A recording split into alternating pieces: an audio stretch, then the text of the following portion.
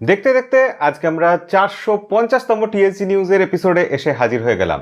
আপনারা সবাই এতদিন ধরে যেভাবে সহযোগিতা করেছেন, পাশে থেকেছেন, তার জন্যই আমরা আজকে এই জায়গায় পৌঁছতে পেরেছি। আপনাদের অসংখ্য ধন্যবাদ দিয়ে আজকের টিএসজি নিউজ আমরা শুরু করব। আর চলুন আর সময় নষ্ট না করে সরাসরি ভিডিওতে ঝাঁপিয়ে পড়ি। এই মুহূর্তে বিশ্বের সব থেকে আলোচিত যে ব্যাপারটা, অর্থাৎ রাশিয়া আর ইউক্রেনের যে যুদ্ধ চলছে, সেই বিষয়ে আজকের প্রথমেই বেশ কয়েকটা খবর। আসলে একটা খবরের মধ্যেই আমি বিস্তারিত সবকিছু বলতে চাই। প্রথম খবর এটাই যে রাশিয়াতে ফেসবুককে আংশিকভাবে ব্যান করা হয়েছে, এবং এটা যে শুধু যুদ্ধের জন্য হয়েছে ব্যাপারটা এরকম নয়। দীর্ঘদিন ধরেই ফেসবুকের সাথে রাশিয়ার একটা টানাপোড়েন চলছিল। রাশিয়া নতুন নতুন ল তৈরি করছিল আমেরিকান কোম্পানিগুলোর জন্য। তো আলটিমেটলি ফেসবুককে প্রায় ব্যান করে দেওয়া হয়েছে, তবুও ফেসবুক এখনো আছে রাশিয়াতে।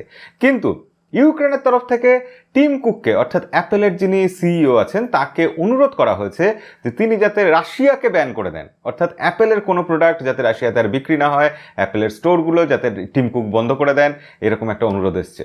জানি না শেষ অবধি কী হবে, তবে আমেরিকা কিন্তু রাশিয়ার ওপর বিভিন্ন রকম নিষেধাজ্ঞা জারি করে ফেলেছে। এর আগে আমরা দেখেছিলাম যে আমেরিকা হুয়াওয়ের ওপর যেভাবে নিষেধাজ্ঞা জারি করেছিল, তাতে গোটা বিশ্বে যত চিপ তৈরি করার কোম্পানি আছে, টিএসএমসি থেকে আরম্ভ করে স্যামসাং, সবাই শেষ অবধি হুয়াওয়েকে আর চিপ সাপ্লাই দিতে পারেনি। 5G চিপ কেউ দিতে পারে না, এখন অবধি পারেনি। তো রাশিয়ার বিরুদ্ধে আমেরিকা যে পদক্ষেপ নিয়েছে, তাতে টিএসএমসির তরফ থেকে রাশিয়াকে আর চিপ সাপ্লাই করা হবে না, এটা জানিয়ে দেওয়া হয়েছে। এবং রাশিয়া এখনো অবধি নিজেরা কোনো চিপ তৈরি করতে পারে না। তারা জাপান, দক্ষিণ কোরিয়া, তাইওয়ান, আমেরিকা এদের ওপরই নির্ভরশীল।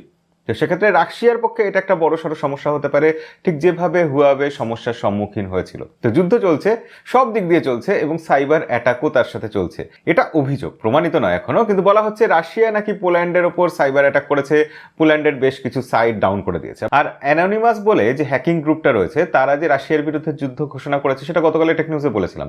তো তারা বেসিক পদ্ধতিতে, অর্থাৎ একসাথে অনেক ডেটা রাশিয়ার বিভিন্ন ওয়েবসাইটে পাঠিয়ে দিয়ে বেশ কিছু ওয়েবসাইটকে কিছুক্ষণের জন্য হলেও ডাউন করে দিয়েছিল। রিসেন্টলি এটাও খবর আসলো যে এনভিডিয়া বলে যে কোম্পানি আছে, অর্থাৎ আমেরিকা বেসড কোম্পানি, যারা গ্রাফিক্স কার্ড তৈরি করে এবং গ্রাফিক্সের জগতে যাদের বিশাল সুনাম আছে, তাদের কোম্পানির ওপর সাইবার অ্যাটাক করেছে রাশিয়ান হ্যাকাররা। তো তাদেরও বেশ কিছু সার্ভার ডাউন যাচ্ছে, এরকমই খবর আছে। এবং সবথেকে বড় কথা, এমডব্লিউসি অর্থাৎ ওয়ার্ল্ড মোবাইল কংগ্রেস যেটা হচ্ছে, সেখানে কিন্তু রাশিয়াকে সম্পূর্ণভাবে ব্যান করা হয়েছে।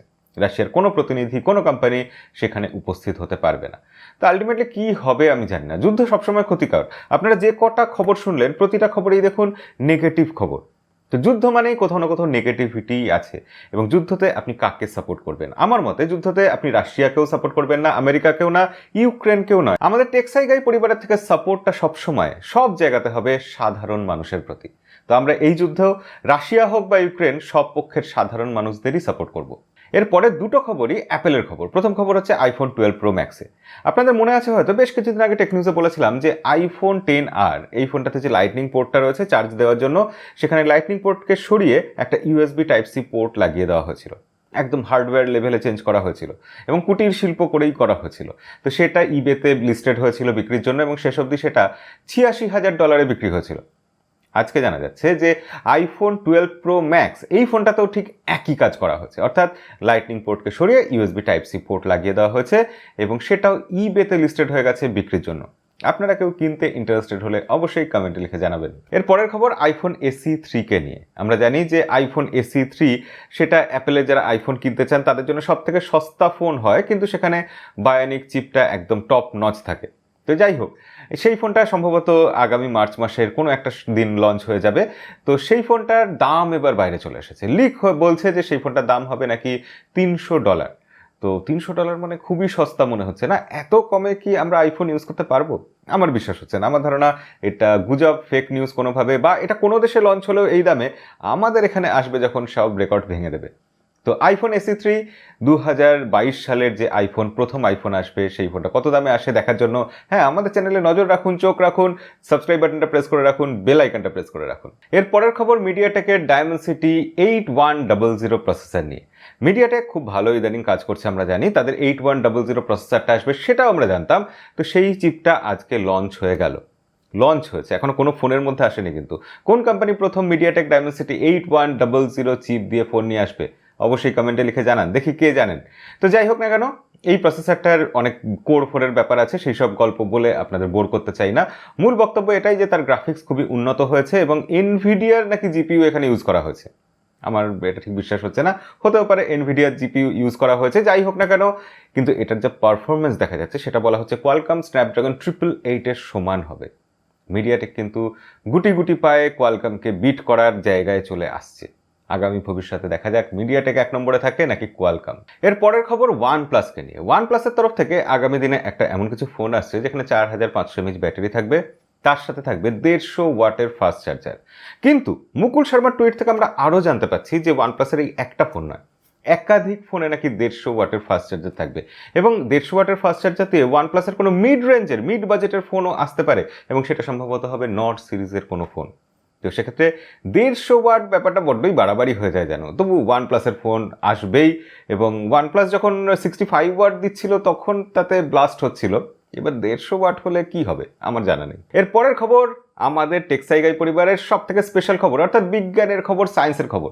তো আজকে সায়েন্সের খবর এটাই যে চেমনিটস ইউনিভার্সিটি অফ টেকনোলজি, চেমনিটস উচ্চারণটা আমি জানি না সঠিক করলাম কি না, তবে হ্যাঁ এই ধরনেরই কিছু একটা উচ্চারণ। তো সেই ইউনিভার্সিটির গবেষকরা গবেষণা করে দুনিয়ার সব থেকে ছোট ব্যাটারি আবিষ্কার করেছেন, মানে সেটা প্রোটোটাইপ তারা শো করেছেন। এবং এই ব্যাটারিটা কতটা ছোট হতে পারে, সব থেকে ছোট মানে আপনারাই আন্দাজ করে বলুন দেখি কত ছোট হতে পারে। এটা বলা হচ্ছে একটা ধূলিকণার থেকেও ছোট ভাবা যায়। পাশাপাশি আপনারা যে ছবিটা দেখছেন সেটা একটা নুনের দানা, হ্যাঁ লবণ যে থাকে সেই লবণের দানা, আর তার পাশে এই ব্যাটারিটা রাখা আছে। সেক্ষেত্রে তুলনা করলে আপনারা বুঝতে পারবেন এটা সাইজ।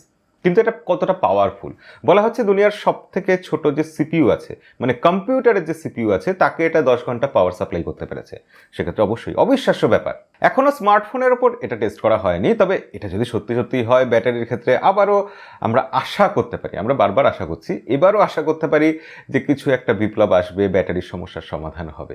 এবং সবথেকে আশ্চর্যজনক কথা যেটা আমার মনে হলো, যে এখানে যে টেকনোলজিটা ইউজ করা হয়েছে সেটা সাধারণত টেসলার যে ইলেকট্রিক ভেহিকেল থাকে তার গাড়ির জন্য যে ব্যাটারি তৈরি করা হয় সেই ব্যাটারি তৈরির টেকনোলজি এখানে ইউজ করা হয়েছে। সামান্য কিছু মডিফিকেশন করা হয়েছে, তাতেই এই ব্যাপারটা অ্যাচিভ করা সম্ভব হয়েছে। অবশ্যই দুর্ধর্ষ ব্যাপার, এবং তাদের জন্য একটা থামস আপ।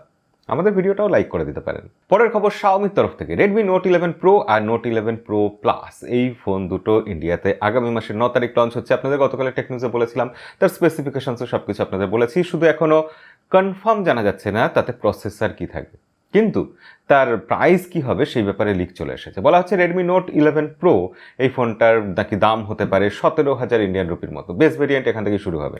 আর যেটা প্রো প্লাস তার দাম শুরু হবে নাকি 20,000 রুপি থেকে।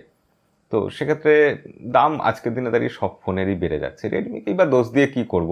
এটার দাম অবশ্যই যদি আরও 1-2 হাজার টাকা কম হতো আমরা বেশি খুশি হতাম, সেটাই হওয়া উচিত ছিল, কিন্তু এখনকার যুগে কিচ্ছু বলার নেই দাম নিয়ে। এর পরের খবর ভিভোর ফ্ল্যাগশিপ ফোন নিয়ে। ভিভো নেক্সট 5 যে ফোনটা আসবে, দীর্ঘদিন ধরে খবর হচ্ছিল, সেটার নাম নাকি হচ্ছে ভিভো এক্স নোট। কেন নাম বদল জানি না, তবে এই ফোনটার ডিসপ্লে সাইজ কিন্তু বিশাল বড় থাকছে, 7 ইঞ্চি ডিসপ্লে। এতদিন আমরা ইনফিনিক্স এত বড় ডিসপ্লে বানাতো বলে, টেকনো এত বড় ডিসপ্লে দিত বলে আমরা হাসি ঠাট্টা করতাম, কিন্তু ভিভোর ফ্ল্যাগশিপ ফোনেই এত বড় ডিসপ্লে। এটা ফোন না ট্যাবলেট জানি না, এবং এই ফোনটা বোধহয় ফোল্ডিং ফোন হলেই ঠিকঠাক হতো। যাই হোক না কেন, এখানে 120 হার্টজের অ্যামোলেড ডিসপ্লে আছে, এবং সেটা QHD+ ডিসপ্লে, অবশ্যই খুব ভালো কোয়ালিটির ডিসপ্লে হবে। আর কোয়ালকম স্ন্যাপড্রাগন 8 Gen 1 প্রসেসর থাকবে, 5000 mAh ব্যাটারি আছে, 80 ওয়াটের ফাস্ট চার্জার আছে। তো সব মিলিয়ে ভিভোর এই প্যাকেজটা খুবই ভালো, দামও মনে হচ্ছে খুবই ভালো হবে, তবে নামটা শুধু বদলে গেল। আজকের ভিডিও শেষ করব দুটো ছোট্ট খবর দিয়ে। প্রথম খবর এটাই যে রিয়েলমির তরফ থেকে রিয়েলমি বাডস এয়ার 3 খুব শিগগিরই লঞ্চ হতে চলেছে। মুকুল শর্মার টুইট থেকে আমরা এটা জানতে পাচ্ছি, এবং সেখানে 42 ডেসিবেলের অ্যাক্টিভ নয়েজ ক্যান্সেলেশন থাকবে, স্পেশাল কিছু তো দিতেই হবে। তো এটাই থাকছে এবং এটা আসছে। এবং আজকে শেষ ছোট খবর যেটা, সেটা হচ্ছে পোকোর তরফ থেকে একটা স্মার্ট ওয়াচ আসবে, যেটা গ্লোবালি লঞ্চ হবে তো বটেই, তার সাথে সাথে আমাদের দক্ষিণ পূর্ব এশিয়ার বিভিন্ন দেশে লঞ্চ হবে, ইন্ডিয়াতে তো হবেই, এবং শোনা যাচ্ছে এটা নাকি বাংলাদেশেও লঞ্চ হতে পারে। পোকোর তরফ থেকে একটা স্মার্ট ওয়াচ, স্মার্ট ব্যান্ড নয়, স্মার্ট ওয়াচ বাংলাদেশে লঞ্চ হলে, ভালো দামে লঞ্চ হলে আপনারা কতটা খুশি হবেন অবশ্যই কমেন্টে লিখে জানাবেন। তো আজকের ভিডিও এখানেই শেষ করবো, দেখা হবে পরের ভিডিওতে। আজকের মতো বিদায়।